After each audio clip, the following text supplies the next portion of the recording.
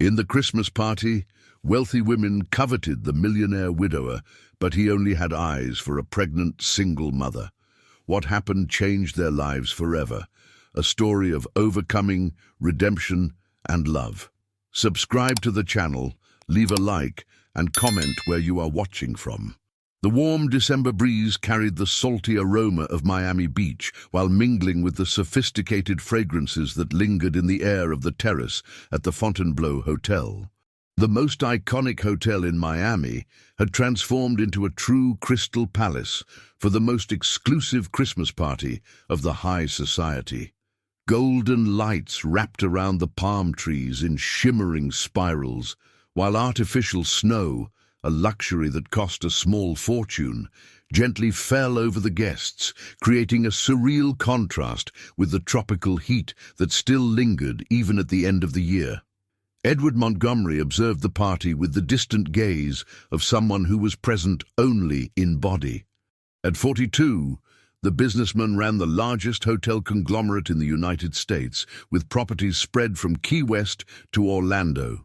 His imposing silhouette, 6 feet tall, with black hair streaked with silver at the temples, and brown eyes that reflected both intelligence and a barely concealed sadness, stood out even among the crowd of influential personalities. The tailored Italian tuxedo he wore could not mask the emotional weight he carried on his shoulders since the death of his wife 3 years earlier. "Edward, darling, you look like a ghost." The sultry voice of Veronica Smith sliced through his thoughts like a sharp blade. The heiress of one of the largest jewelry chains in the country approached with the calculated elegance of a predator. Her platinum blonde hair was styled in a sophisticated bun, and the red Valentino dress she wore cost more than many people earned in a year. "You need to have more fun. Life is too short to be so serious all the time." Before Edward could respond, another female figure appeared at his side. Helena Carter, daughter of Senator Richard Carter, smiled with the confidence of someone who had never had to fight for anything in life. At 35, she was undeniably attractive, with silky brown hair cascading in perfect waves over her bare shoulders, and a turquoise dress that accentuated her matching eyes. "Veronica is right, Edward. You should enjoy these festivities more." Helena placed her gloved hand on his arm with rehearsed intimacy. "Dad was commenting on that resort in Palm Beach that you are developing. How about we discuss it in a more private setting?" Edward nodded politely, but his eyes had already drifted to something, or rather someone, who had completely captured his attention. Among the waiters circulating with shrimp cocktails and glasses of Dom Perignon, one figure stood out almost magnetically. It was a young woman, appearing to be no older than 28, with dark brown hair pulled back in a simple ponytail that showcased her elegant neck. Her sun-kissed skin glowed softly under the golden lights, and even the modest uniform she wore, a white shirt and knee-length black skirt, could not hide the delicate curves of a pregnancy that was already over 6 months along. "Excuse me, ladies," murmured Edward, leaving the two contenders with barely concealed looks of surprise. Marina Santos Silva held the tray of shrimp cocktails with hands that trembled almost imperceptibly. It was not the weight of the tray that bothered her. Even pregnant, she maintained the strength she had developed over years of working in restaurants to pay for college. What made her nervous was the magnitude of the environment she found herself in. The daughter of a housekeeper and a doorman, born and raised in Liberty City, Marina never imagined she would one day be serving champagne to senators, businessmen, and socialites in one of the most luxurious hotels in the world. "Excuse me, ma'am, would you like a shrimp cocktail?"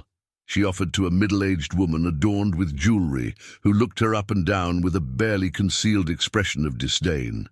"No, thank you," the woman replied curtly, turning away as if Marina were invisible. Marina swallowed the lump that formed in her throat. She was used to this kind of treatment, but pregnancy had made her more sensitive. She needed that temporary job. The $300 she earned per day represented more than she made in a week at the animal clinic where she worked as a receptionist. Every penny saved went toward the baby's layette she was carrying, especially after Rodrigo, the father of the child, disappeared as soon as he learned of the pregnancy. "Marina," called Mrs. Johnson, the catering supervisor, a 50-year-old black woman with natural authority. "Take these glasses to the outdoor terrace. There are some important people out there who are asking for them." "Yes, Mrs. Johnson." Marina carefully balanced the new tray and headed to the outdoor area, where the sea breeze offered relief from the human heat that dominated the main hall. It was there, among the illuminated palm trees and the distant sound of waves crashing on the Miami Beach sand, that her eyes met Edward's for the first time. He stood near the railing, away from the groups engaged in lively conversation, watching her with an intensity that made her blush involuntarily. "May I offer you a glass of champagne, sir?" she asked, approaching with careful steps on the marble that was slightly damp from the air-conditioning condensation. "Thank you," Edward replied in a deep, smooth voice that sent a shiver down Marina's spine. "Have you been working long today?" The question surprised her. It was rare for guests to take an interest in the staff's situation. "Since 4 in the afternoon, sir, but it's fine. I'm used to it." Edward noticed the slight fatigue in her voice, the way she discreetly shifted her weight from one leg to another, relieving the pressure of her pregnancy. "It's been a long night." Marina was surprised by her own honesty. "A little," she admitted, "but the pay makes it worth it.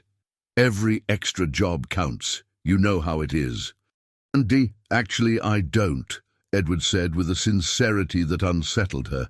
"It's been a long time since I've had to think about that."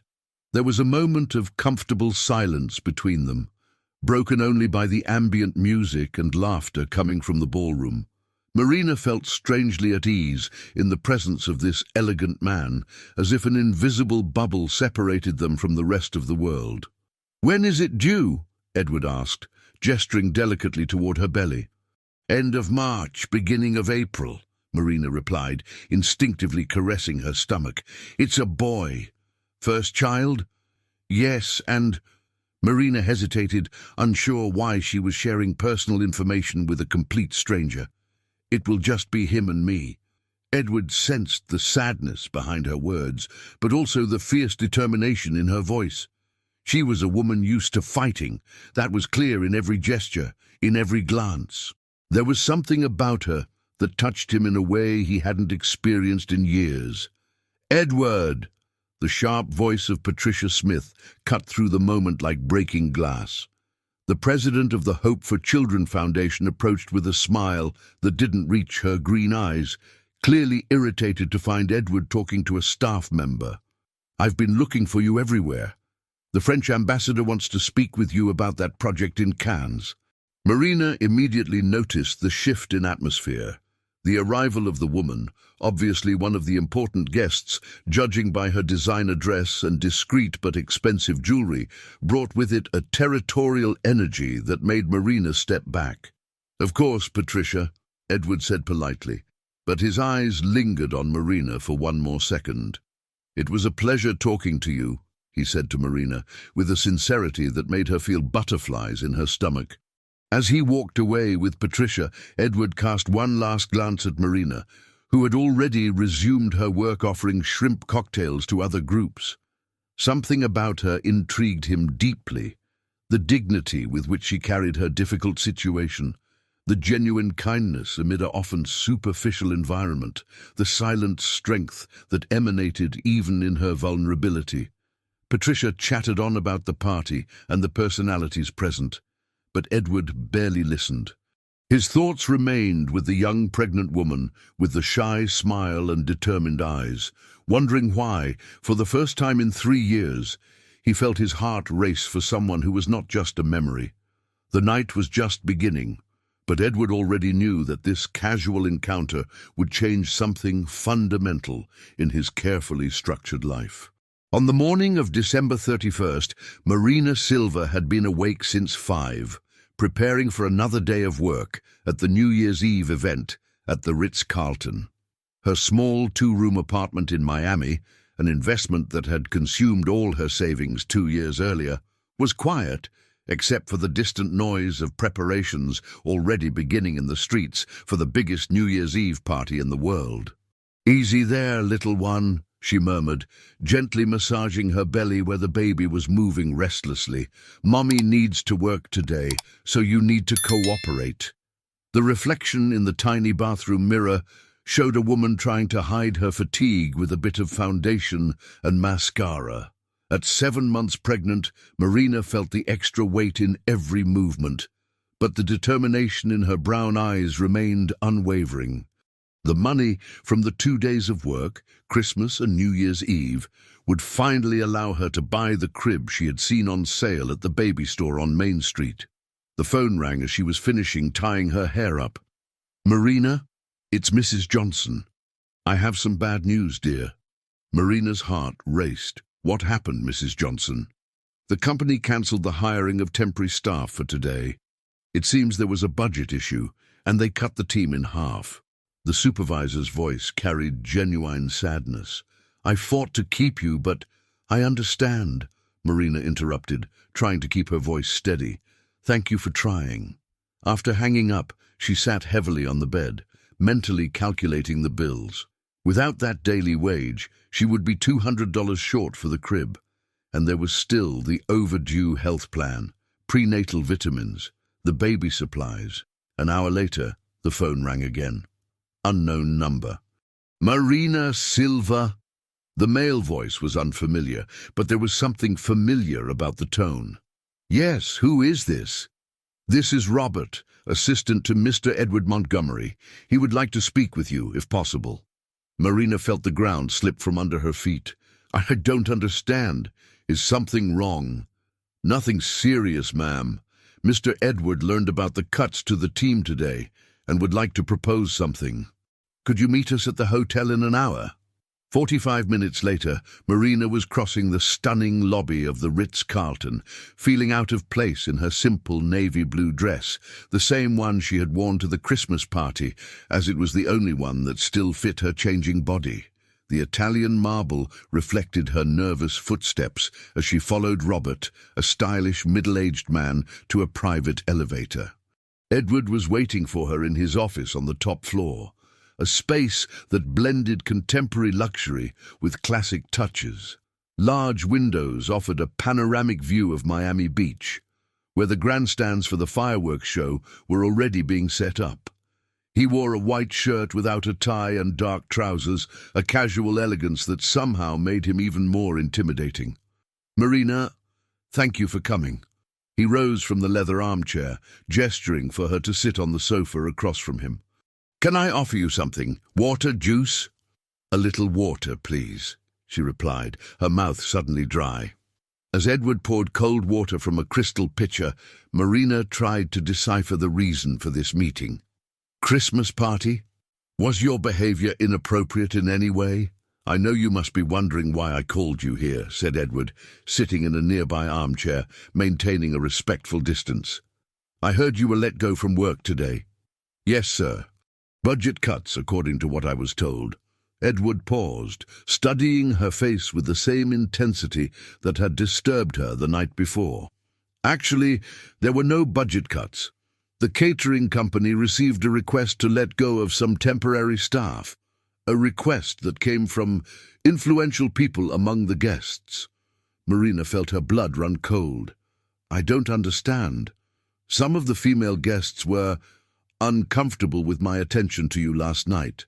They decided it would be better if you didn't work on New Year's Eve." The humiliation burned Marina's face like a slap. She abruptly stood up, the water trembling in her hand. "I didn't do anything wrong. I just responded when you spoke to me. I was polite, as I always am with all the clients." "I know," Edward said calmly. "That's why you're here." "For what? For you to apologize for your rich friend's behavior?" Marina's voice rose an octave, anger and frustration finally spilling over. "Thank you, but I don't need your pity." "Marina, please." Edward stood up as well, his hands raised in a placating gesture. "It's not pity, it's justice." "Justice?" She laughed humorlessly. "Do you know that word? Justice would be me being able to work honestly without being harassed by women who are jealous of a 5-minute conversation. You have every right to be angry, Edward admitted. But let me propose something.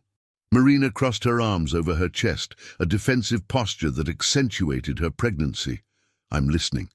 I need someone to coordinate a charity event happening in January, here at the hotel. An event to raise funds for an animal shelter. Edward paused, observing her reaction. I heard you work at an animal clinic. Surprise replaced the anger on Marina's face. How do you know where I work? Roberto did a little research. Edward gestured to his assistant, who remained discreetly near the door. We found out that you graduated in hotel management from Estacio, that you have been working at VetLife Clinic in Ipanema for 2 years, and that you volunteer on weekends at the Poor Pals NGO. Marina felt exposed, as if her private life had been dissected. You had no right to investigate my life. I did, Edward replied, his voice gaining a firmness that made Marina fall silent. Because I'm offering you the coordination of a $500,000 event. I need to know who I'm dealing with. The mentioned amount made Marina sit down again, her legs suddenly weak. $500,000. The event will be on January 15th. You would have 3 weeks to organize everything: guests, decoration, menu, entertainment. The commission would be $15,000. Edward leaned slightly forward. More than you earn in 6 months at the clinic. Marina opened and closed her mouth several times, trying to process the information. $15,000 would solve all her financial problems for the coming months. But there was something that didn't make sense. Why me? She finally asked. You don't even know me.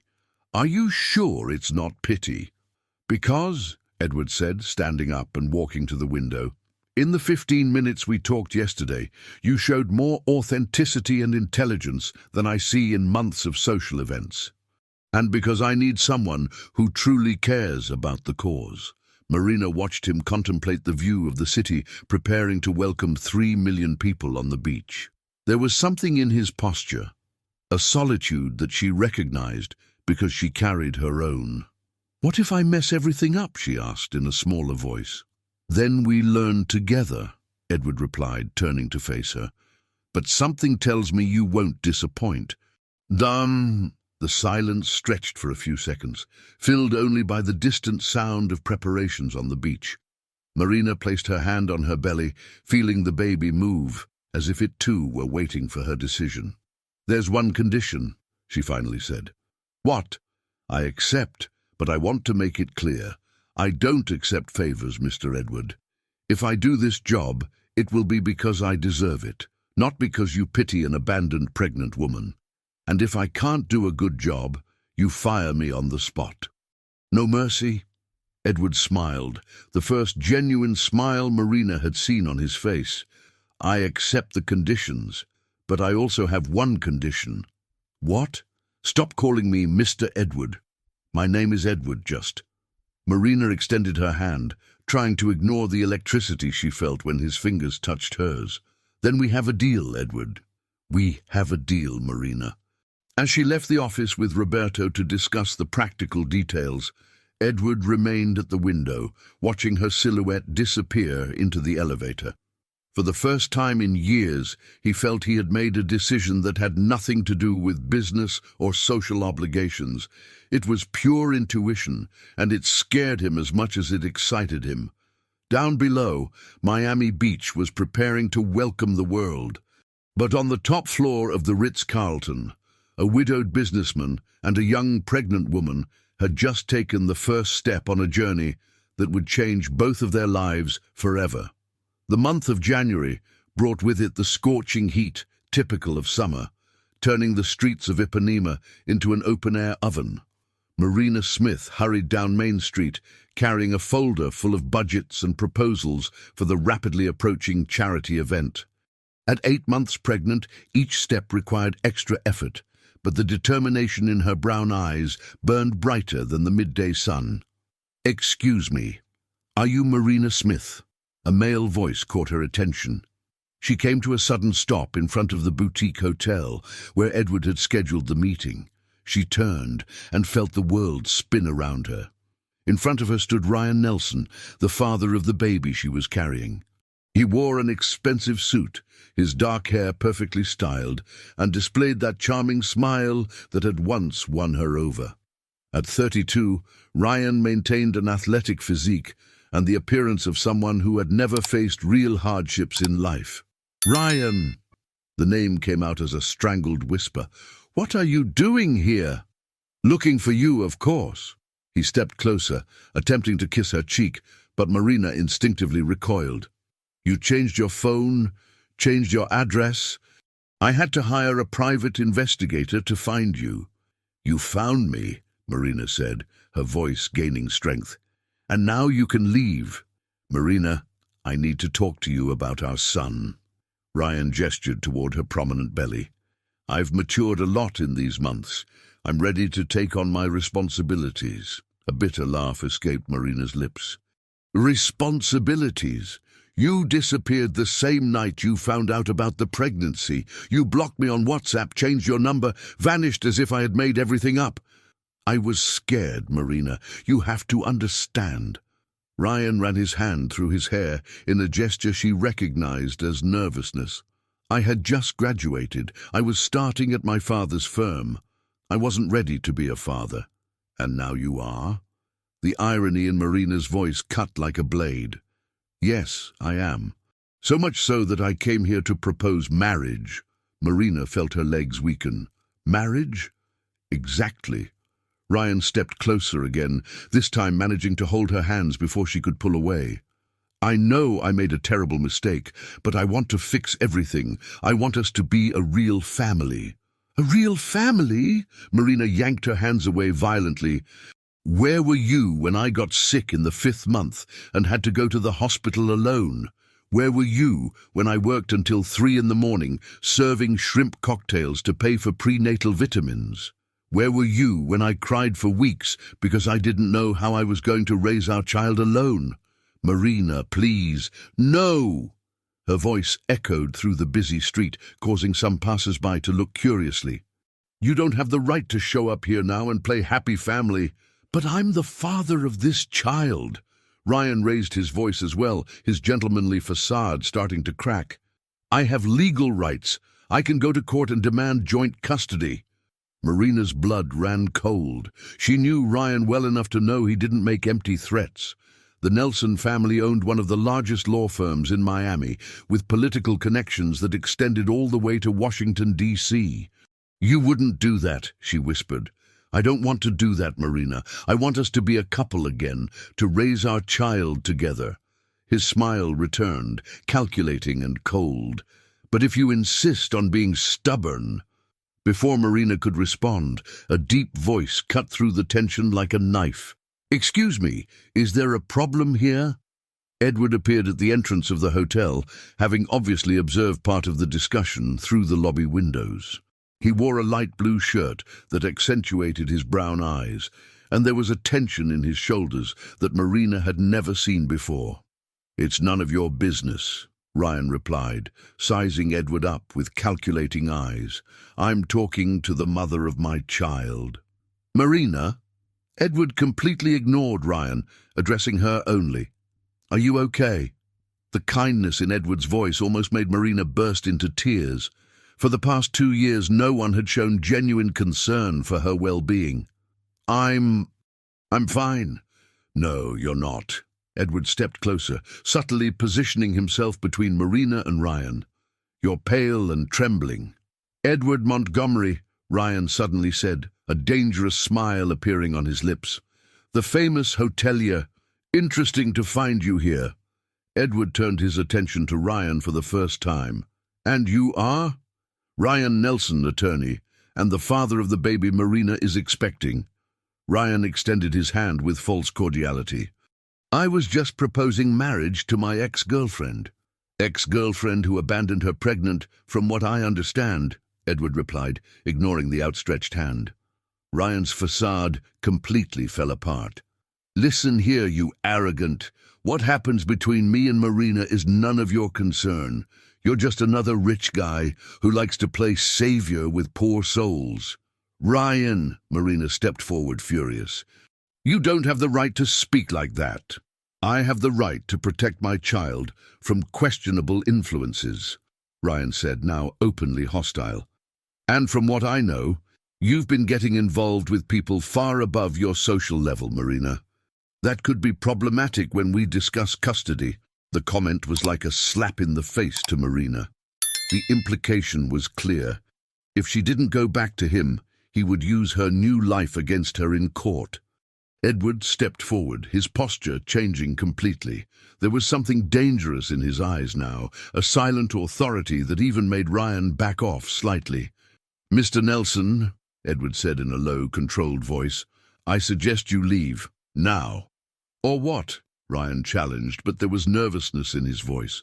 Or I call my lawyer, and we discuss how your threats could be interpreted as coercion and emotional blackmail.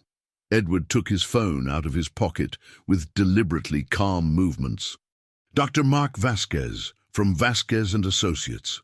Perhaps you know him. Ryan's face paled. Every lawyer in Miami knew Mark Vasquez, considered the best criminal lawyer in the city. This isn't over, Marina, Ryan said, trying to maintain some dignity as he walked away. I'll give you a week to think about my proposal.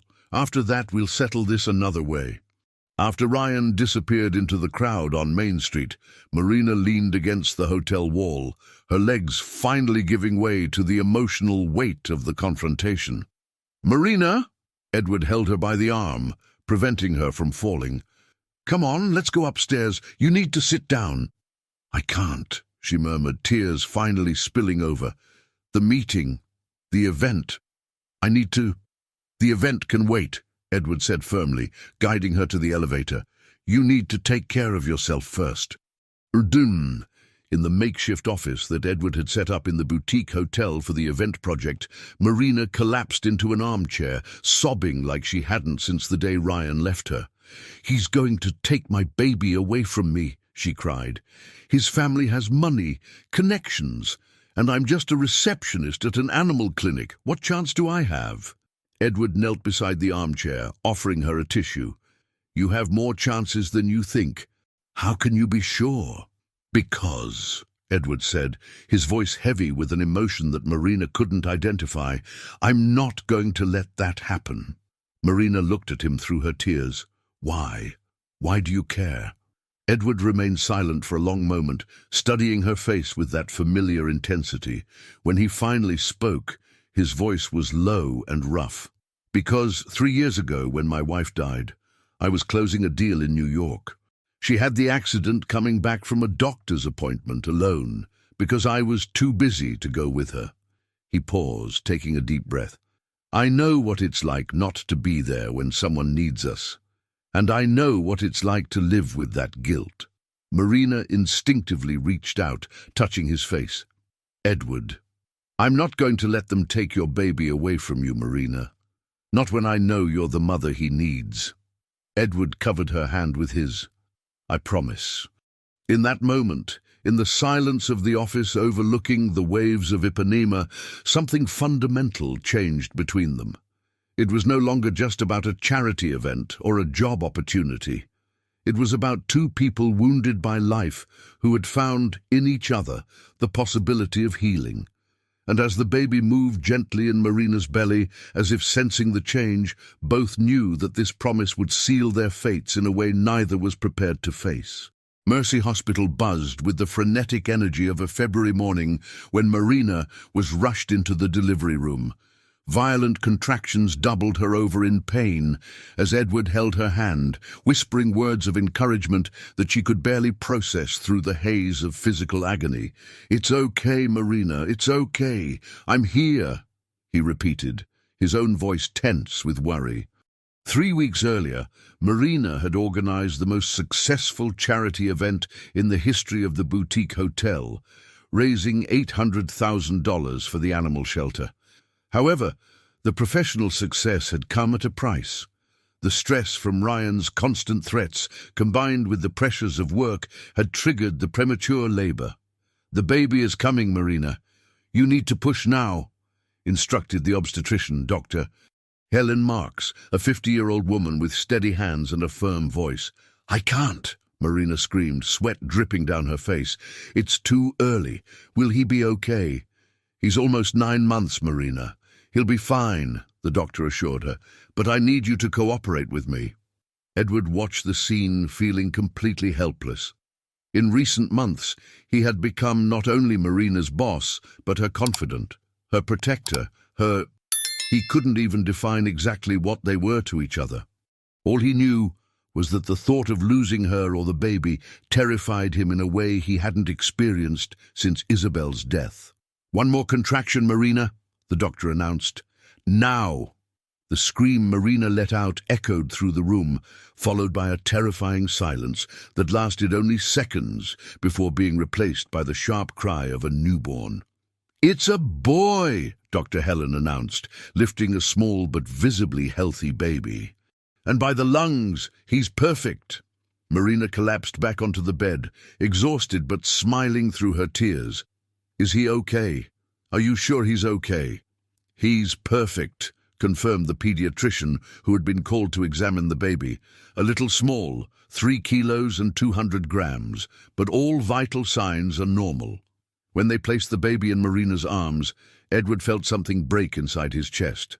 The tiny red face, the minuscule clenched fists, the eyes trying to open to see the world for the first time.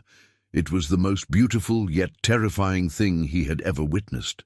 "He's beautiful," Edward whispered, gently touching the baby's tiny hand with a finger. "What will you name him?" "Gabriel," Marina replied without hesitation, looking at her son with an expression of pure love. "Gabriel Smith." "Gabriel," Edward repeated, trying out the name. "Angel's name." "Edward," Marina's voice was weak but determined. Would you like to be his godfather?" The question hit him like a lightning bolt. Edward opened and closed his mouth several times, trying to find words. "Marina, are you sure?" "I'm sure that you're the only person I completely trust to take care of my son if something happens to me," she said, her eyes misty. "Will you accept?" "I accept," Edward replied, his voice choked. "It will be an honor." 2 hours later, when Marina was resting in the room and Gabriel was sleeping in the crib, Edward was surprised by the unexpected arrival of his daughter, Sophia. At 28, Sophia Montgomery was a brilliant neurologist who had spent the last 2 years doing her residency in London. Tall, elegant, with her mother's light brown hair and her father's determined eyes, she appeared in the hospital corridor like a ghost from the past. "Dad?" Her voice carried a mix of surprise and something that sounded like disapproval. "Robert told me you were here. What's going on?" "Sophia!" Edward stood up. Edward sat in the chair, genuinely surprised. "I didn't know you were back from London." "I arrived yesterday. I wanted to surprise you, but..." She gestured toward the hospital.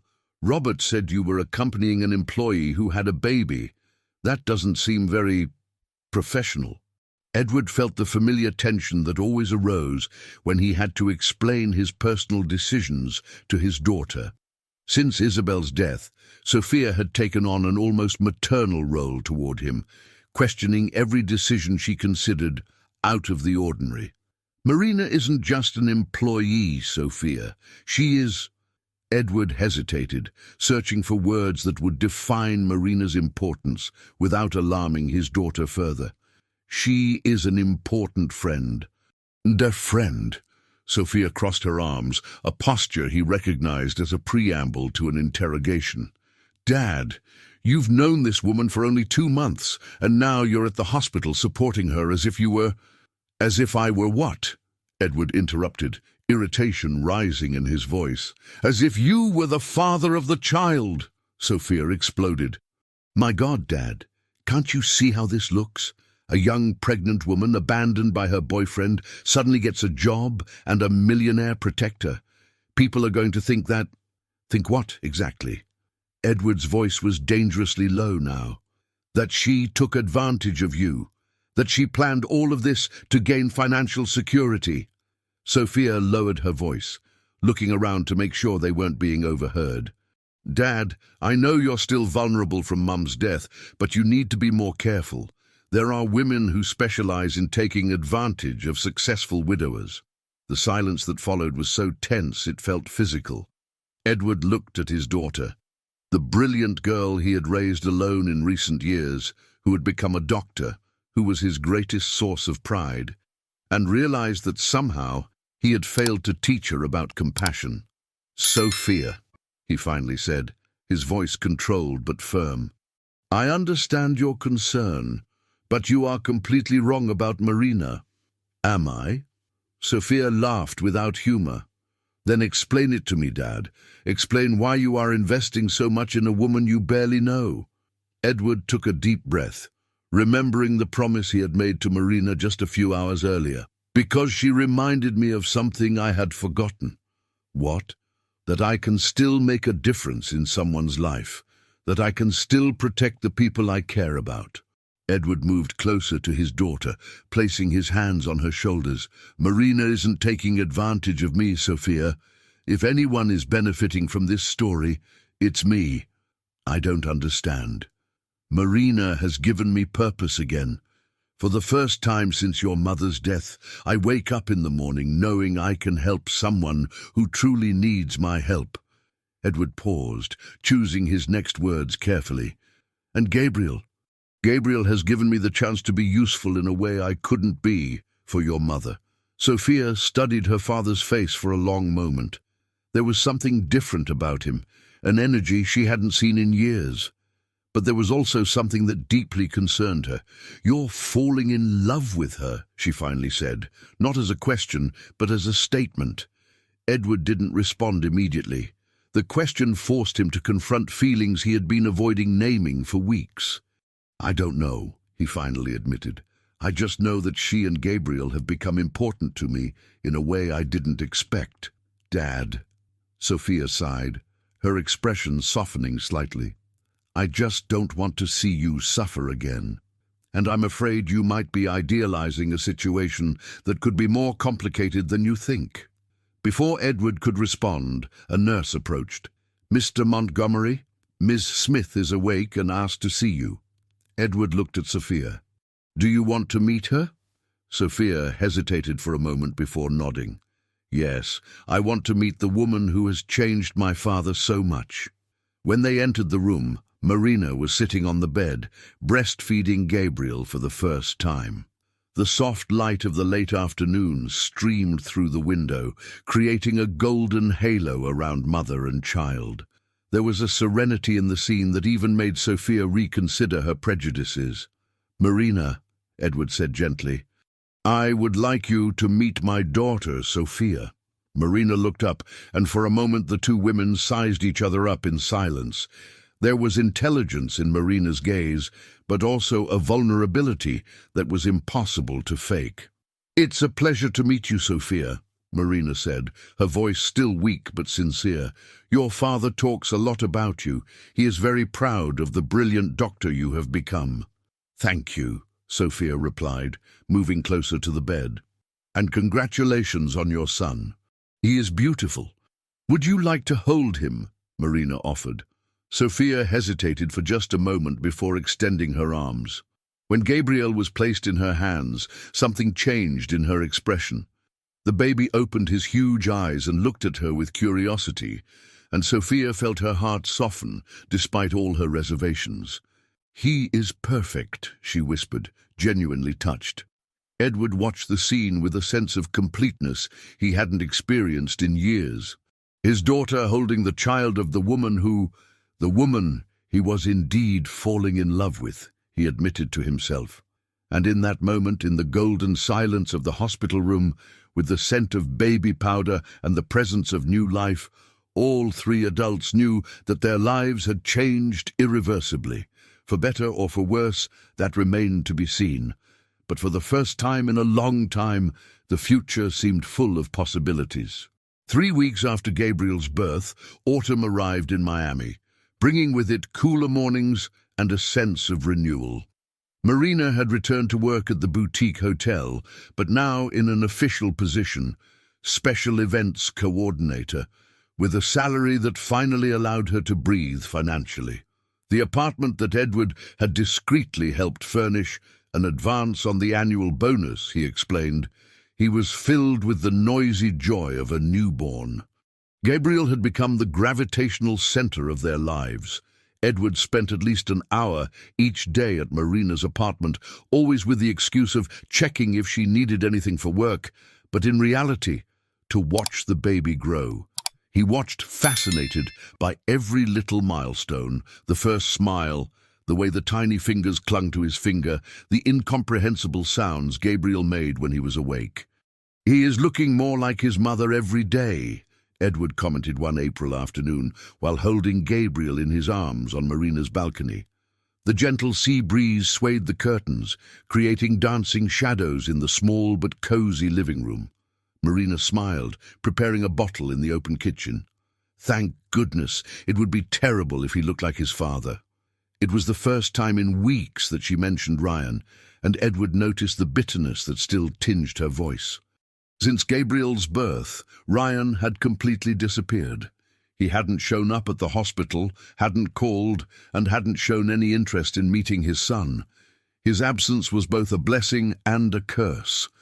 Marina didn't have to deal with his pressures, but she also had no official financial support. "He doesn't know what he's missing," Edward said, adjusting Gabriel in his arms as the baby began to squirm. "No, he knows exactly what he's doing." Marina approached with the bottle, testing the temperature on her wrist. "Ryan never does anything without calculating. If he disappeared, it's because he has some plan." As if summoned by the mention of his name, the intercom buzzed at that moment. Marina frowned. She wasn't expecting visitors. "Who is it?" "Marina? It's me, Ryan. I need to talk to you." Marina's blood ran cold. Edward immediately stood up, Gabriel still in his arms, a protective expression taking over his face. "I'm not going to answer," Marina whispered. The intercom buzzed again, more insistently. "Marina, I know you're there. I saw Edward go up. I'm not leaving until we talk." "Son of a bitch," Edward muttered under his breath, a language Marina had never heard him use. "He's watching the building," Marina said, fear evident in her voice. "Edward, I don't know what to do." "Let's let him come up," Edward decided. "But I'll stay here." "Are you sure?" "Marina, I promised I wouldn't let anyone take Gabriel away from you. That promise still stands." When Ryan entered the apartment, it was clear that the weeks of absence had been well utilized. He wore an even more expensive suit than last time, carried a leather briefcase, and exuded the confidence of someone secure in his position. However, his eyes narrowed upon seeing Edward holding Gabriel. "What a touching scene," he said, his voice dripping with sarcasm. "The rich widower playing daddy." "Ryan," Marina interjected before Edward could respond. "What do you want?" "I want to see my son." Ryan stepped closer, extending his arms. "And I want to talk about our situation." "Gabriel is sleeping," Edward said firmly, making no move to hand over the baby. "With all due respect, Mr. Montgomery, but you have no authority over my son." Ryan's tone was polite, but there was steel beneath the words. "Actually, I do." Edward spoke calmly, but Marina noticed the tension in his shoulders. "I am Gabriel's legal guardian. Marina gave me power of attorney to make decisions about his well-being in her absence." The genuine surprise on Ryan's face was quickly replaced by anger. "How convenient! How long did it take you to manipulate a vulnerable woman into signing those papers?" "Ryan!" Marina stepped forward, furious. "No one manipulated me." "Edward was present at the birth.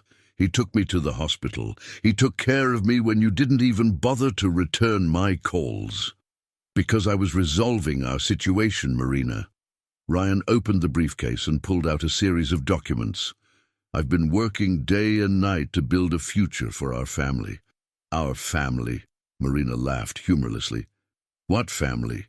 "Our family," Ryan repeated, placing the papers on the coffee table. "Marina, I got a promotion at the office. I'm now a junior partner. I bought an apartment in South Beach, 3 bedrooms, full leisure area. I can offer you and Gabriel the life you both deserve." Marina looked at the papers, deeds, contracts, proof of income. It was impressive, she had to admit, and terrifying. "In exchange for what?" she asked.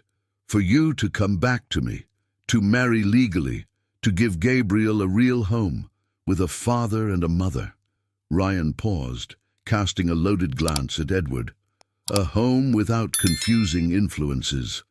Confusing influences?" Edward repeated, his voice dangerously low. "Let's be honest here." Ryan turned to Edward with a smile that was pure provocation.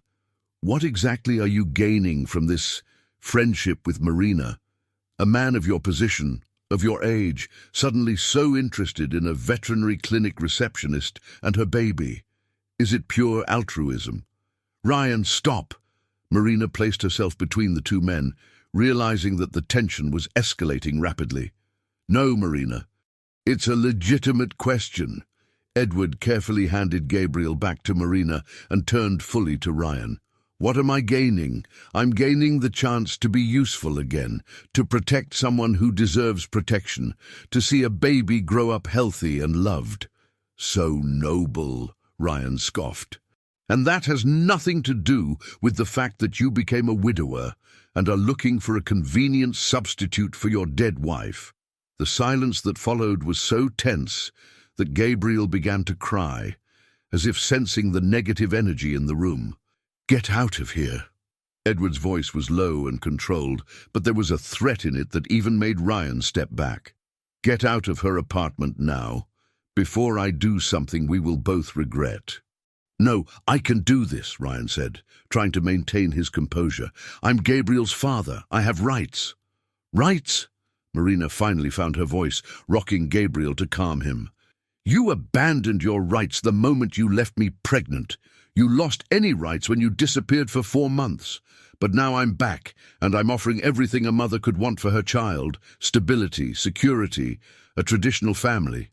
Ryan paused, his next phrase calculated to cause maximum damage. "Not some strange arrangement where she relies on the charity of a man who is clearly trying to buy her affection." It was Marina who exploded first. "Get out! Get out of my apartment now!" she shouted with a fury that made Gabriel cry louder. "You have no right to come here and judge our situation.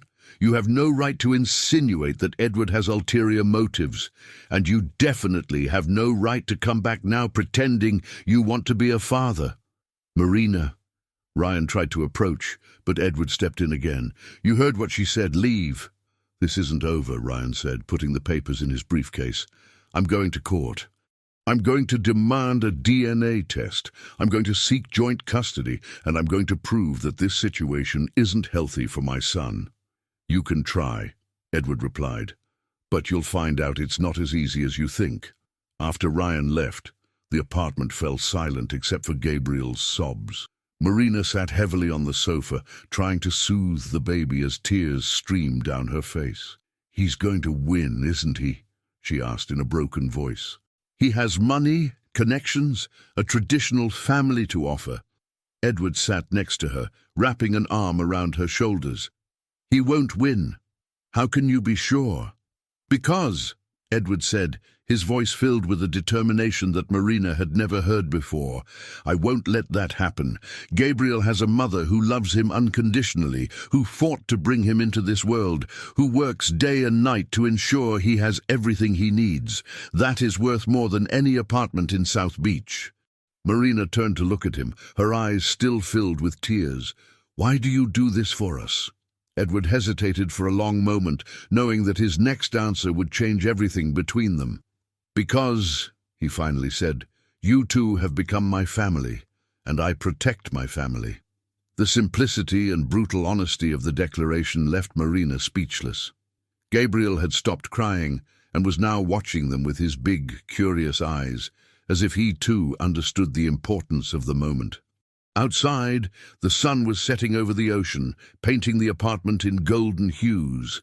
And there, on the small sofa of a modest apartment in Miami, a widowed businessman, a young mother, and a 3-week-old baby began to understand what it truly meant to be a family, not by blood or legal papers, but by choice, protection, and love.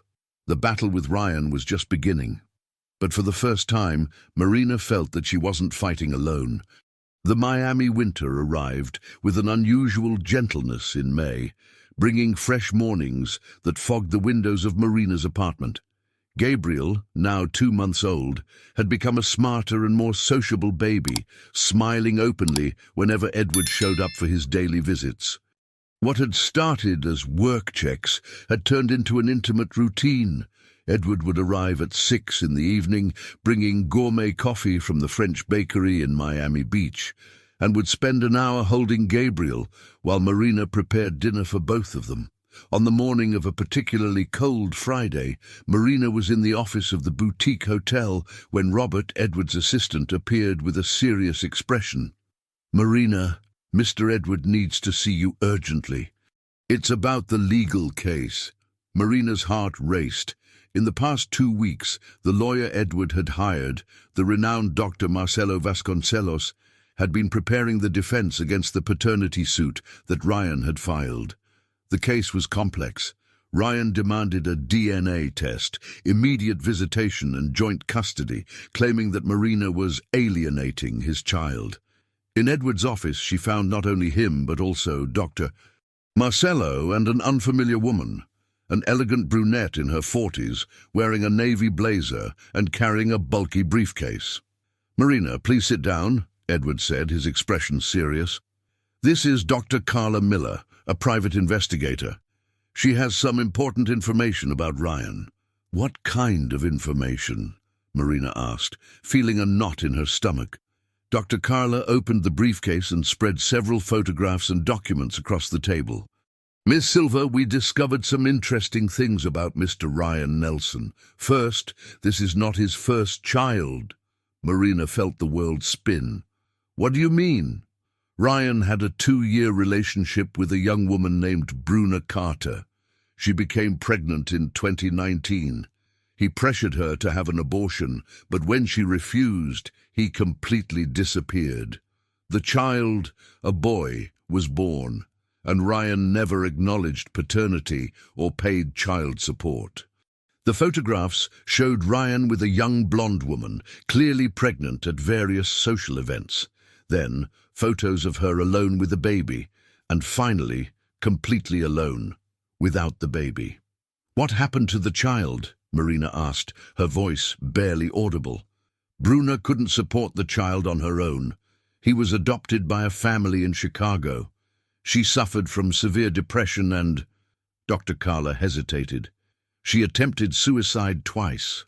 The silence in the room was deafening. Marina felt nausea rising in her throat. "There's more," Dr. Carla continued. "We investigated his finances. The promotion at his father's firm isn't exactly a merit-based promotion. Nelson and Associates is being investigated by the IRS for tax evasion. The family is trying to clean up their act by transferring properties to clean names. The apartment in South Beach? It was purchased through an offshore company that is being tracked by the Financial Activities Control Council." "Doctor." Mark leaned forward. "Marina, this completely changes our strategy. Ryan is not interested in being a father. He is trying to use Gabriel as a legal shield." "Legal shield?" Marina was not understanding. "If he gets joint custody, he can claim he needs financial stability to raise the child. This would make it harder for authorities to freeze his assets." Edward explained, his voice heavy with controlled anger. "He is using Gabriel as protection against criminal investigation." Marina abruptly stood up, walking to the window.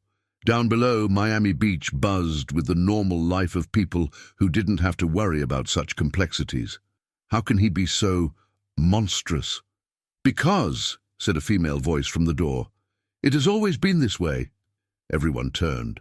At the entrance was Sophia, who had returned from London the previous week and was now working at Mercy Hospital. She carried a medical folder, and her expression was grim. "Sophia?" Edward stood up, surprised. "What are you doing here?" "Doing my part to protect my new nephew," she said, entering the room and placing the folder on the table. "Dad, you asked me to discreetly investigate the medical history of the Nelson family. I found some interesting things." Sophia opened her folder, revealing copies of medical records. "Ryan Nelson was my patient for 2 weeks when I interned in psychiatry at Mercy Hospital 3 years ago. He was admitted after a violent outburst where he assaulted his then-girlfriend. My God," Marina whispered, "he was diagnosed with narcissistic personality disorder with antisocial traits. The medical report indicates a history of emotional manipulation, predatory behavior, and an inability to form genuine emotional bonds." Sophia looked directly at Marina. "Marina, this man is dangerous, and not just to you, but to any child in his care." Dr. Mark was taking notes furiously. "Sophia, can I use this information?" "Officially, I can't break medical confidentiality," Sophia said carefully. "But I can be called as an expert witness if Ryan's psychological competency is questioned in court." Edward approached Marina, who was visibly shaken. "Marina, I know this is a lot to process."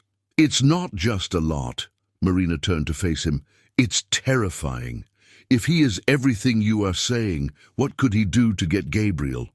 It was Dr. Carla who answered.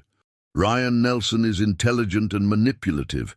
If he realizes he's losing the legal battle, he might resort to less legitimate methods." "Are you saying he might try to kidnap my son?" Marina's voice rose an octave. "I'm saying we need to be prepared for any eventuality," Dr. Mark said. "Edward, I think it's time to implement the security measures we discussed." Edward nodded. "Robert has already hired discreet security for Marina's building. And Marina," he hesitated, as if making an important decision, "I think you and Gabriel should temporarily move to my house in Beverly Hills." "What?" Marina stared at him, shocked. "Edward, I can't do that." "Why not?" Because... Marina struggled to find a reason that didn't sound related to her growing feelings for Edward. "Because people will talk. Because it will look like..." "Like what?" Edward stepped closer, his voice low and intense. "That I care about you? That I want to protect you, Marina? To hell with what people think." "But the press..." Marina tried.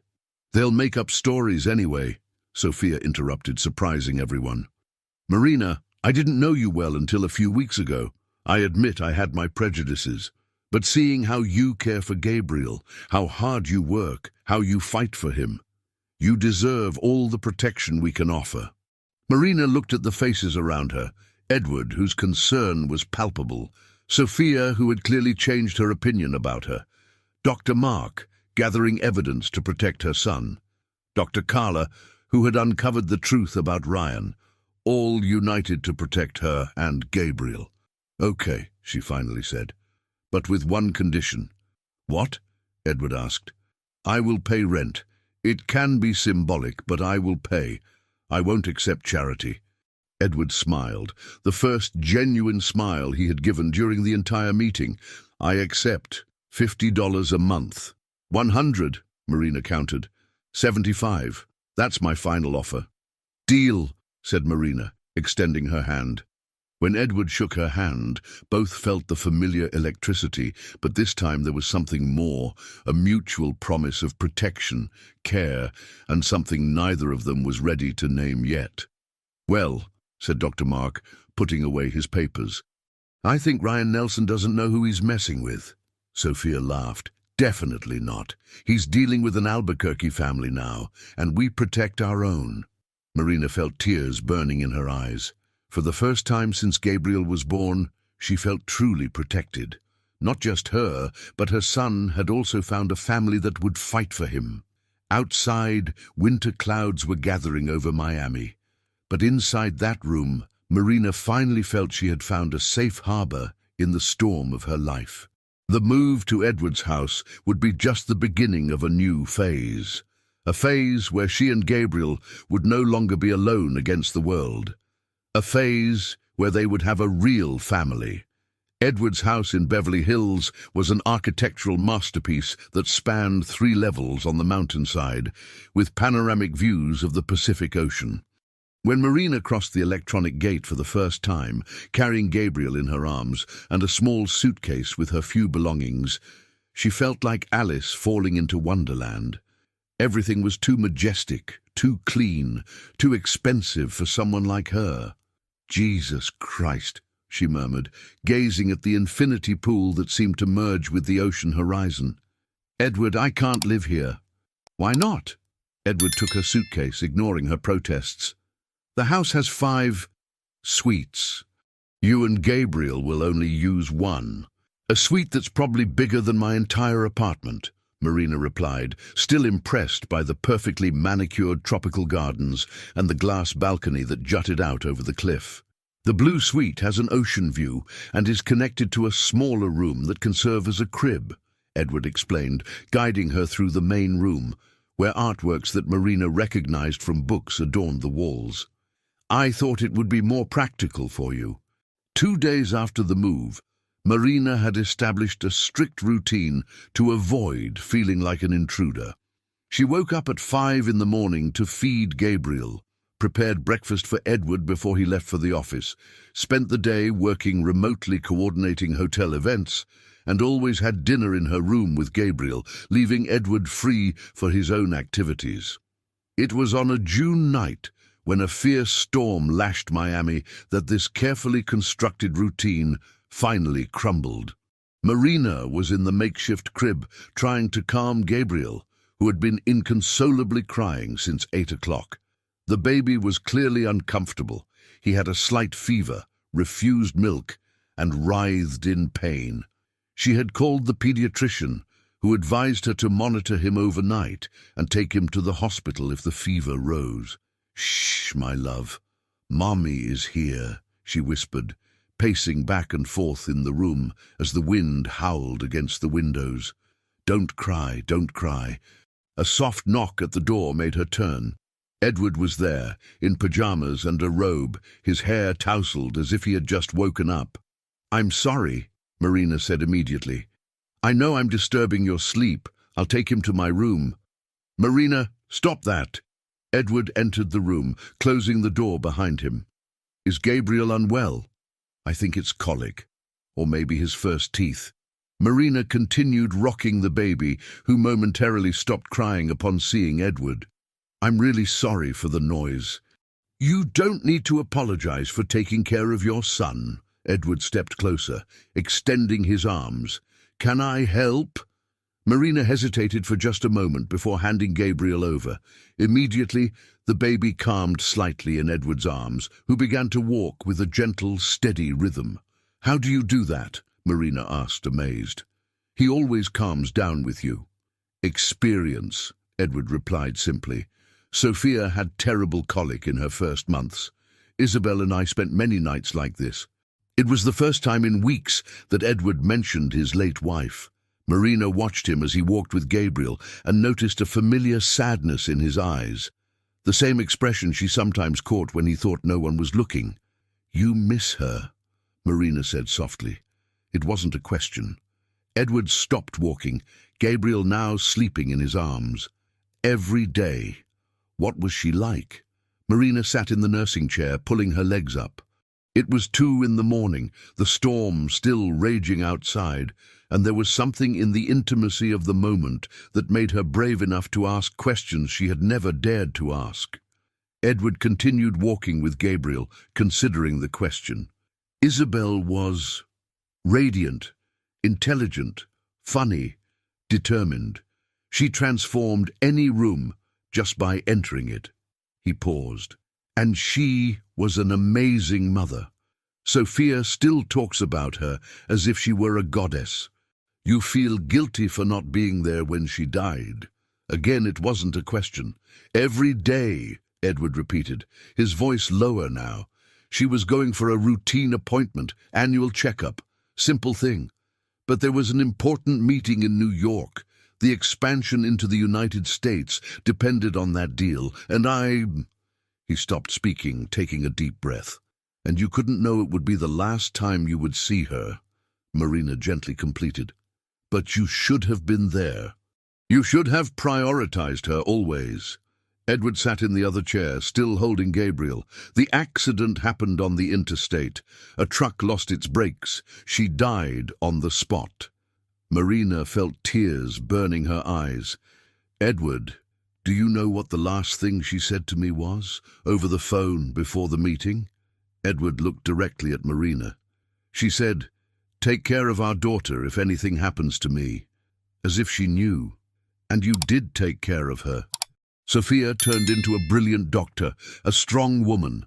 Sophia raised herself, Edward interrupted. I was physically present, but emotionally, I shut down. It was 3 years of going through the motions. Home, work, until what? Edward looked at Gabriel, who was sleeping peacefully in his arms. Until a pregnant waitress almost fell on the terrace of the Ritz-Carlton and reminded me that there was still goodness in the world. Nash, the silence that followed, was filled only by the sound of the rain tapering off outside. Marina felt her heart beating so loudly that she was sure Edward could hear it. "Marina," he finally said, "I need to tell you something." "What?"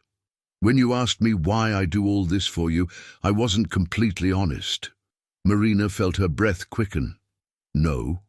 It's not just because I want to protect you. It's not just because Gabriel reminds me of the fatherhood I loved with Isabel." Edward carefully stood up, placing Gabriel in the crib without waking him. "It's because you two made me feel again." "Feel what?" Marina's voice was barely a whisper.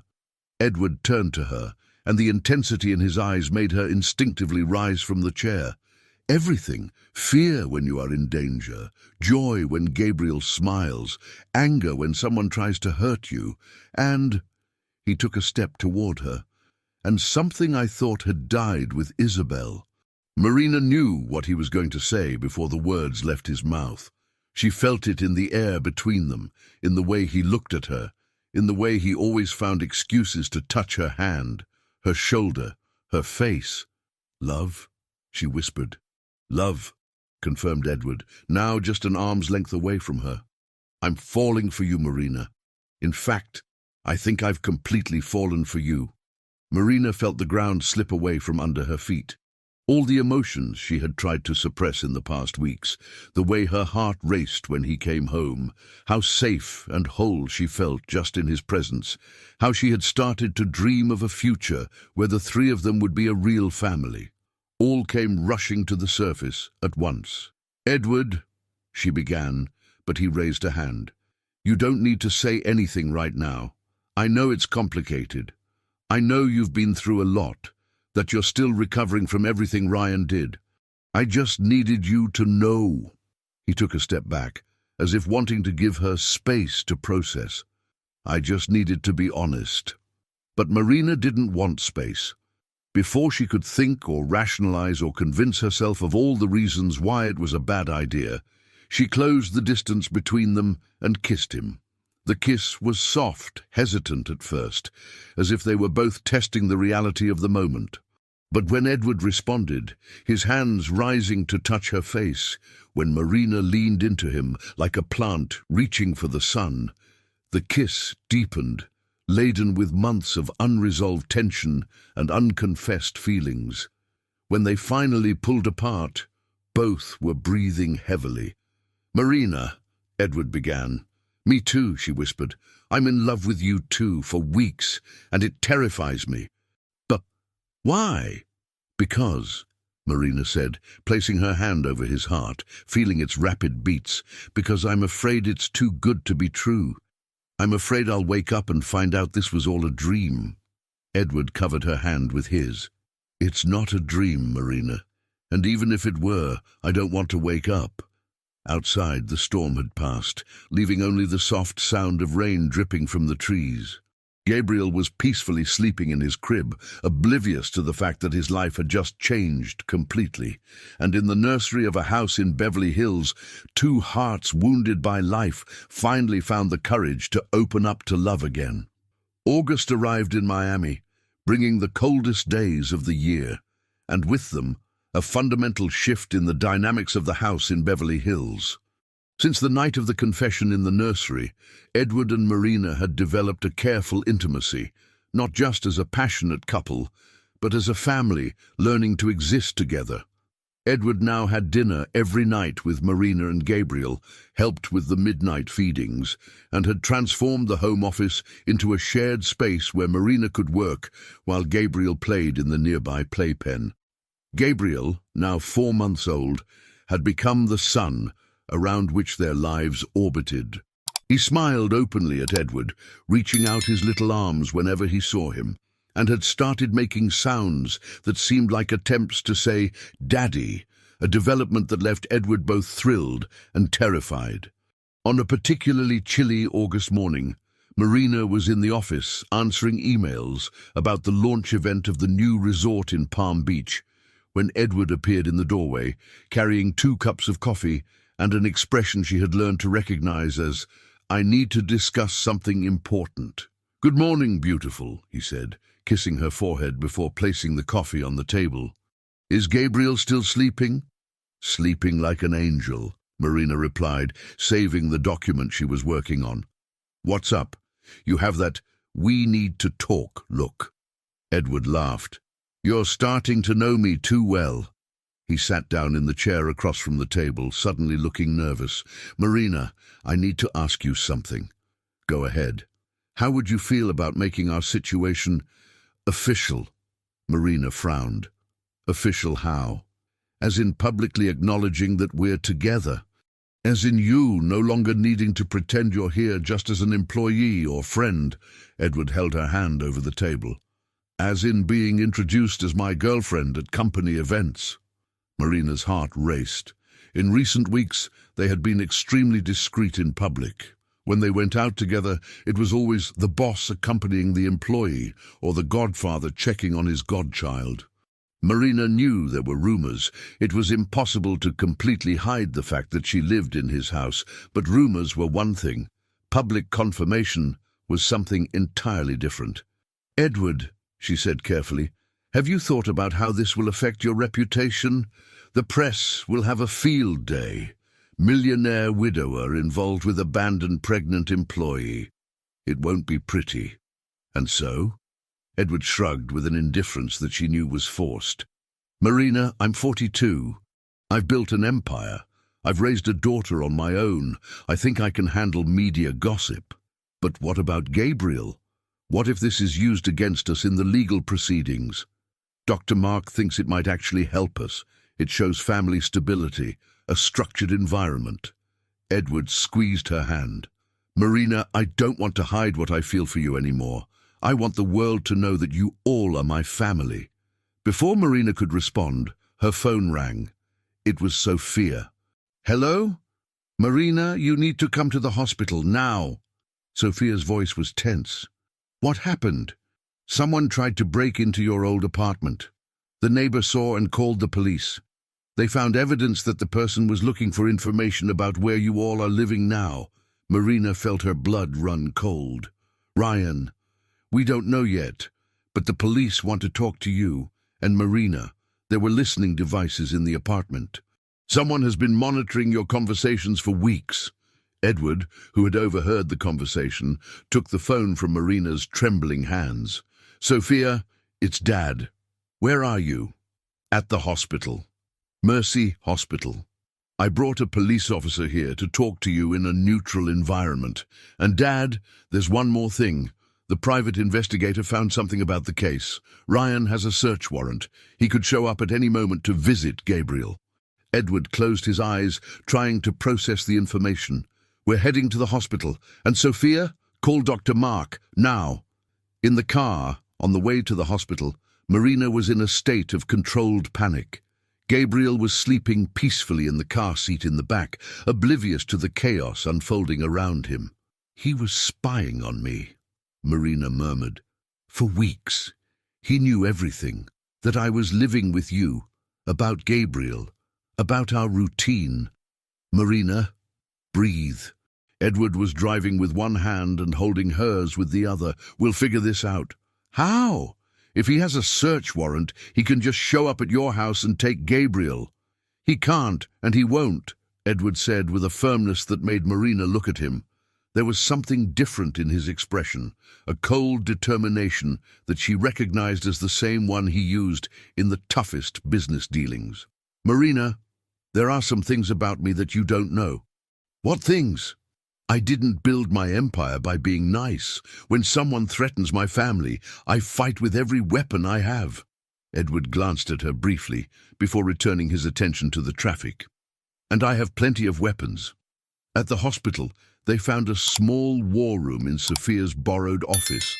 Besides her and the police investigator, Dr. Mark, Dr. Carla Miller, the private investigator, and a man Marina didn't know, tall, middle-aged, with a military appearance, were present. Marina, this is Colonel Smith, a personal security specialist, Edward introduced. Robert hired him this morning. Personal security. Marina looked from Edward to the colonel. Is that really necessary? Ma'am, Colonel Smith said in a deep voice, based on the evidence we've analyzed, I believe so. Mr. Nelson is not acting alone. He has professional help. Professional help. Marina sat heavily, Gabriel still sleeping in her arms. The listening devices found in your apartment are military grade, extremely expensive, and the attempted break-in was very sophisticated, Dr. Carla explained. Whoever is helping Ryan has significant resources and technical knowledge. Dr. Mark leaned forward. Marina, I obtained a temporary injunction blocking Ryan's warrant, but it's only for 48 hours. After that, he can legally demand supervised visits with Gabriel. No, Marina said automatically. I'm not letting that man be alone with my son. It won't be alone, Dr. Mark assured. Supervised means there would always be a justice officer present. But Marina, if you completely refuse, it could be interpreted as parental alienation. That would strengthen his custody case. Marina looked at Gabriel, who had woken up and was watching her with his big, curious eyes. The idea of handing her son over, even if just for a few hours, to Ryan made her physically ill. There's an alternative, Edward said gently. What? Edward exchanged glances with Dr. Mark before responding. We can get married. The silence in the room was absolute. Even Gabriel stopped moving, as if sensing the importance of the moment. What? Marina whispered.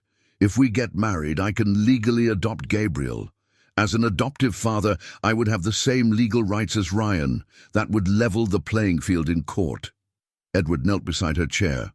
And Marina, I'm not proposing just for legal reasons. I'm proposing because I want to spend the rest of my life with both of you. Marina looked around the room. Sophia was smiling encouragingly. Dr. Mark was nodding approvingly. Colonel Smith maintained his neutral expression. Everyone was waiting for her response. Edward, she finally said, are you sure? Marriage it's forever, and this will completely change your life. Marina, Edward took her hands, careful not to disturb Gabriel. My life has already changed completely the moment you both entered it. Now I just want to make official what I already feel. Marina looked at Gabriel, who chose that exact moment to smile angelically and reach out a tiny hand toward Edward. It was as if even the baby was giving his approval. Yes, she said, her voice almost inaudible. Yes, I accept. Edward smiled, the brightest smile she had ever seen, and kissed her forehead, then Gabriel's. Dr. Mark, Edward said, not taking his eyes off Marina, how long do you need to prepare the adoption papers? With the marriage certificate? A week. Sophia, Edward turned to his daughter, can you arrange a ceremony for tomorrow? Tomorrow? Marina almost shouted. Edward, this is crazy. Marina, Sophia said, laughing, welcome to the Montgomery family. When we decide something, we don't waste time. And as Gabriel laughed joyfully in his mother's lap, as if he too was happy with the direction his little life was taking, Marina realized she was about to marry the man she loved, not only for love, but to protect the family they had built together. It was scary, it was fast, it was impulsive, it was perfect. The morning of August 20th dawned sunny and crisp, with that golden quality that only a Miami winter can produce. Marina woke up at 5 in the morning in the blue suite, with Gabriel sleeping peacefully beside her and butterflies dancing violently in her stomach.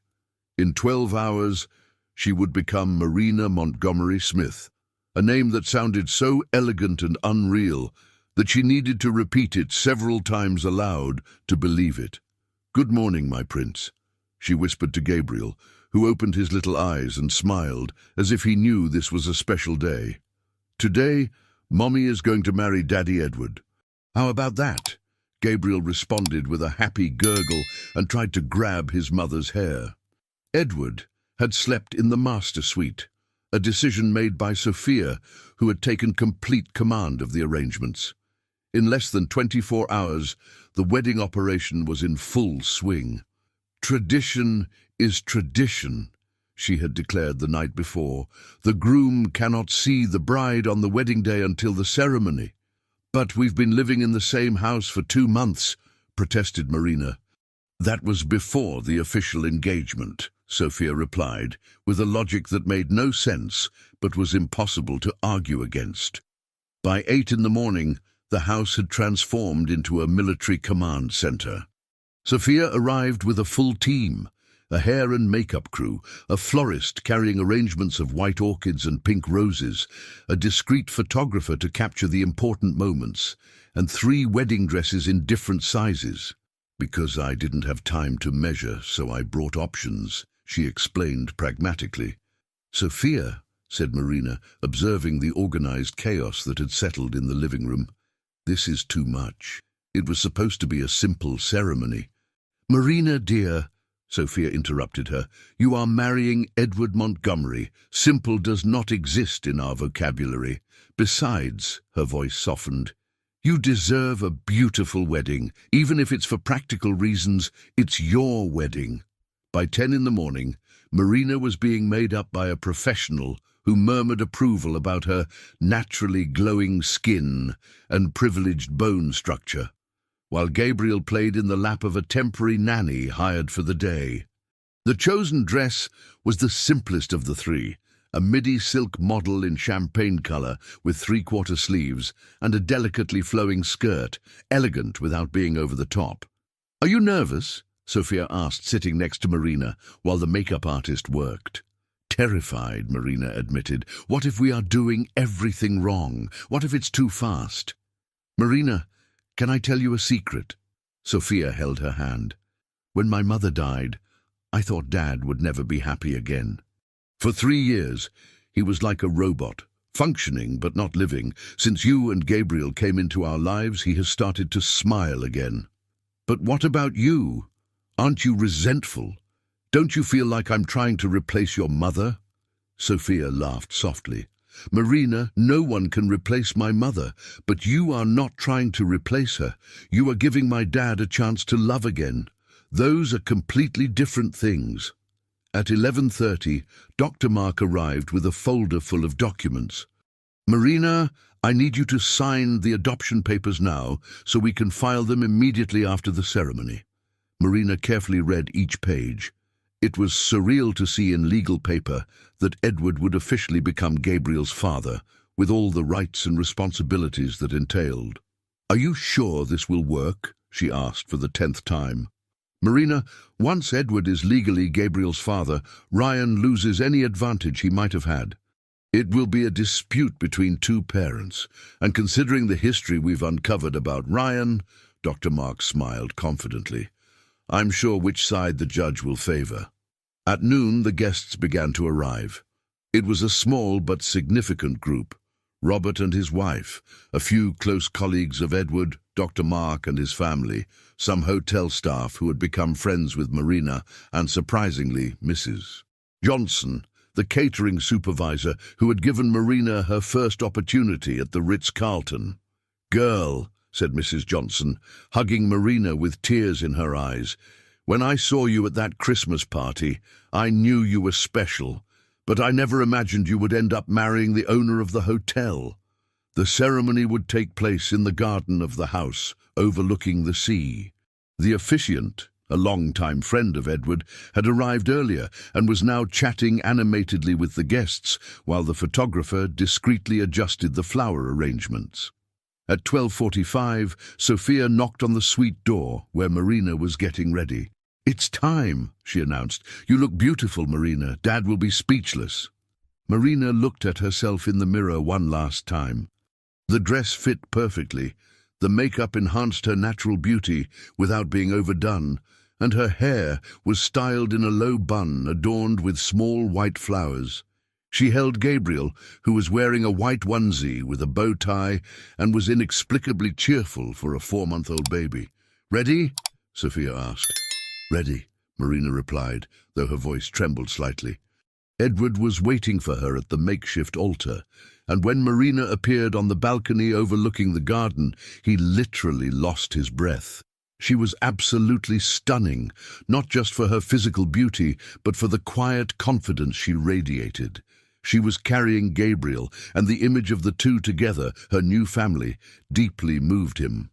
"Wow," he murmured as she approached. "You are postpartum chubby and nervous," Marina suggested with a shy smile. "Perfect," Edward corrected, kissing her forehead. "You are absolutely perfect." The ceremony was simple, but touching. The officiant spoke about love, commitment, and family, while Gabriel occasionally chimed in with approving coos that elicited laughter from the small audience. "Edward," said the officiant, "do you take Marina as your wife, promising to love, honor, and protect her in joy and in sorrow, in health and in sickness, for the rest of your lives?" "I do," Edward replied, his voice clear and firm, looking directly into Marina's eyes.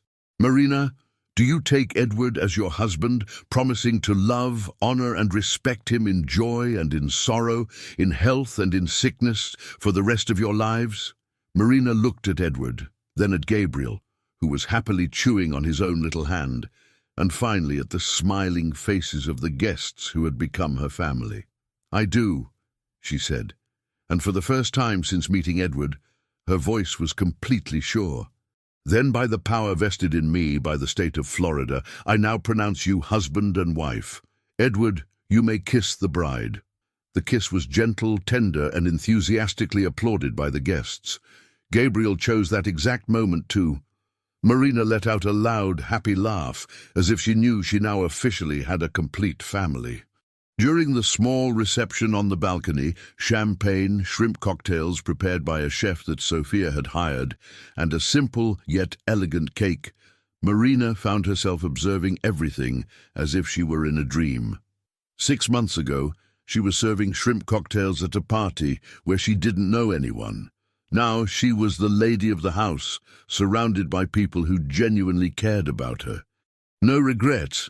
Edward asked, approaching her as she watched Gabriel sleeping peacefully in the stroller, adorned with white ribbons. "None," Marina replied, allowing him to embrace her from behind. "And you?" "The only regret I have," Edward said, kissing her neck softly, "is not having met you sooner. If you had met me sooner, I would have been a broke college student, and you would still be married to Isabel. It wouldn't have worked." "True," Edward admitted. "Timing is everything, isn't it?" "Timing is everything," Marina agreed. At 5 in the evening, when the last guests departed and the cleaning staff had restored the house to its normal condition, the new Montgomery family found themselves alone for the first time as husband and wife. "And now?" Marina asked, suddenly shy. They were officially married, but they hadn't yet discussed practical matters like where to sleep. "Now," Edward said, picking Gabriel up from the stroller, "now we are a real family, and real families have dinner together, watch TV together, and figure out how to make it work day after day." "And sleep together?" Marina asked, blushing. Edward smiled. "When you're ready, Marina. There's no rush. We have the rest of our lives to figure all this out. And as the sun set over South Beach, painting the sky in shades of pink and gold, Edward, Marina and Gabriel settled into the living room for their first night as an official family. Gabriel slept peacefully between them on the sofa, and for the first time in months, Marina felt completely, absolutely secure. They were married. Edward was legally Gabriel's father. Ryan could no longer threaten them as easily, and best of all, she had married not just for protection, but for true love. Life was finally beginning. A year later, in December, Marina woke up in the master suite, now officially the couple's bedroom, with 15-month-old Gabriel running naked down the hallway and Edward trying to convince him to wear a new diaper. The house had completely transformed since she and Gabriel had permanently moved into the master bedroom 3 months after the wedding, when Marina finally felt secure enough to take that definitive emotional step. "Gabriel Edward Montgomery," Edward called in an authoritative tone that fooled no one. "Come back here now." The response was a crystal-clear laugh and the sound of tiny feet running even faster across the marble. Marina laughed, wrapping herself in the silk robe that Edward had gifted her for their 3-month anniversary. "Need help with your son?" "Our son," Edward corrected, appearing in the bedroom doorway with Gabriel under his arm like a sack of potatoes. "And he definitely inherited your stubbornness." "My stubbornness?" Marina feigned indignation. "You're the one arguing about diaper use with a 15-month-old. The past year had been a roller coaster of adjustments, discoveries, and growth.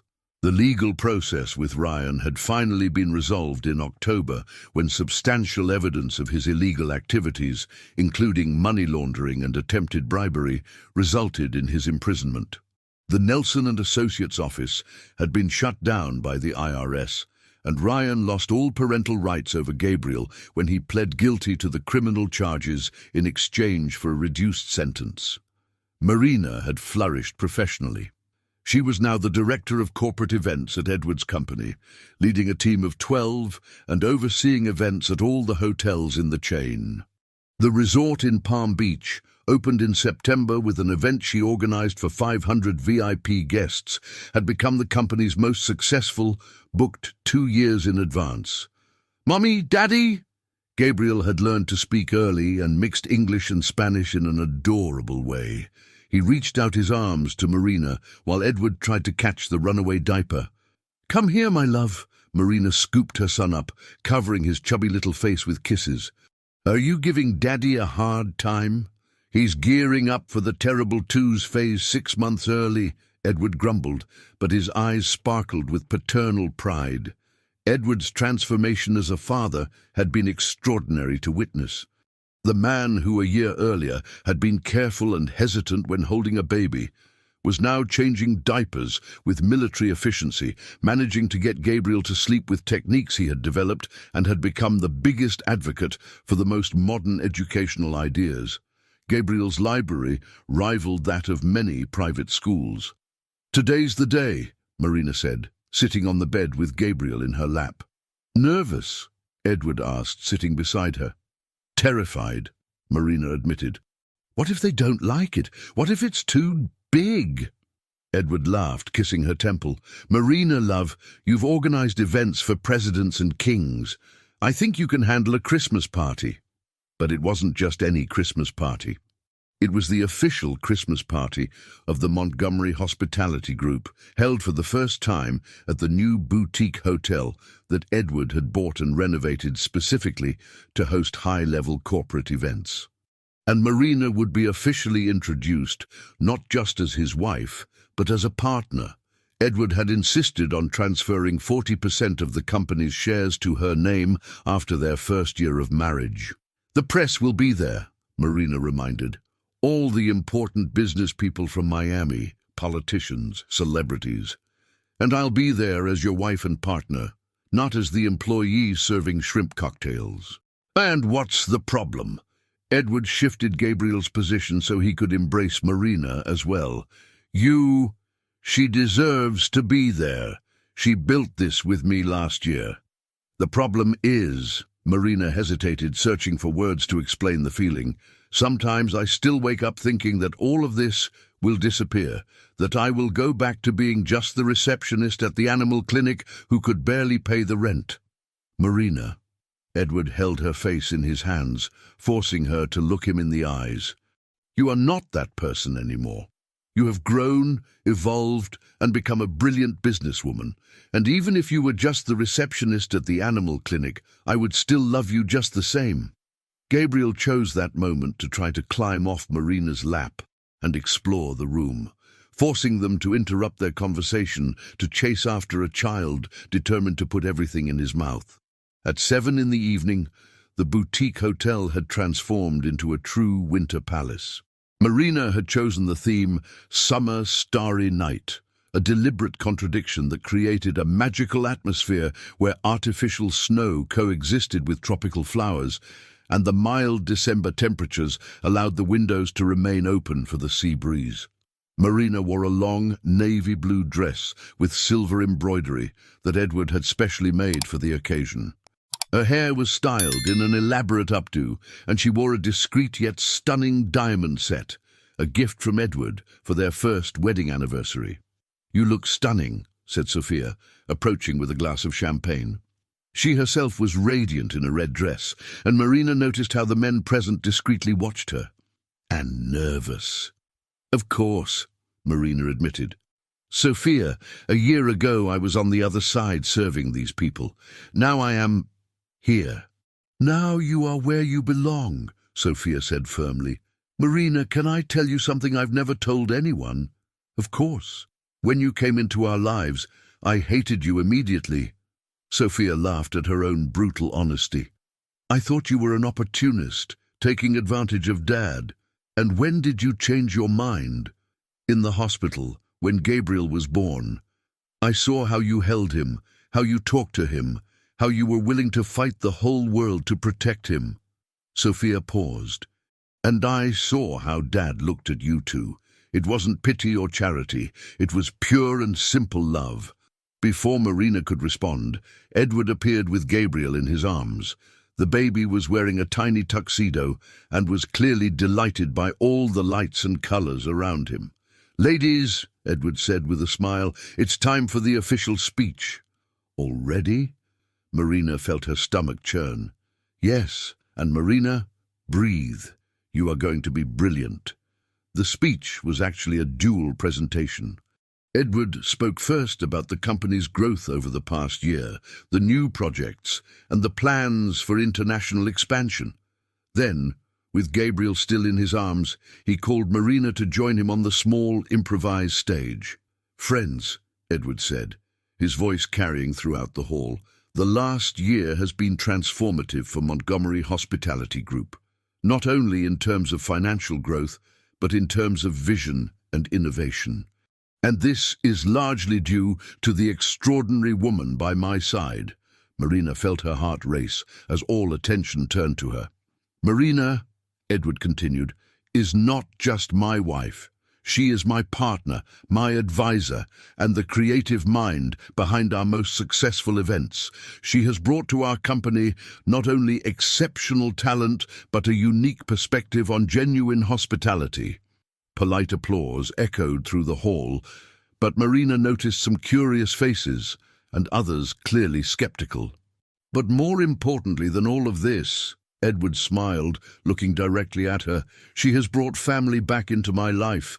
She and Gabriel reminded me that success without people to share it with means nothing.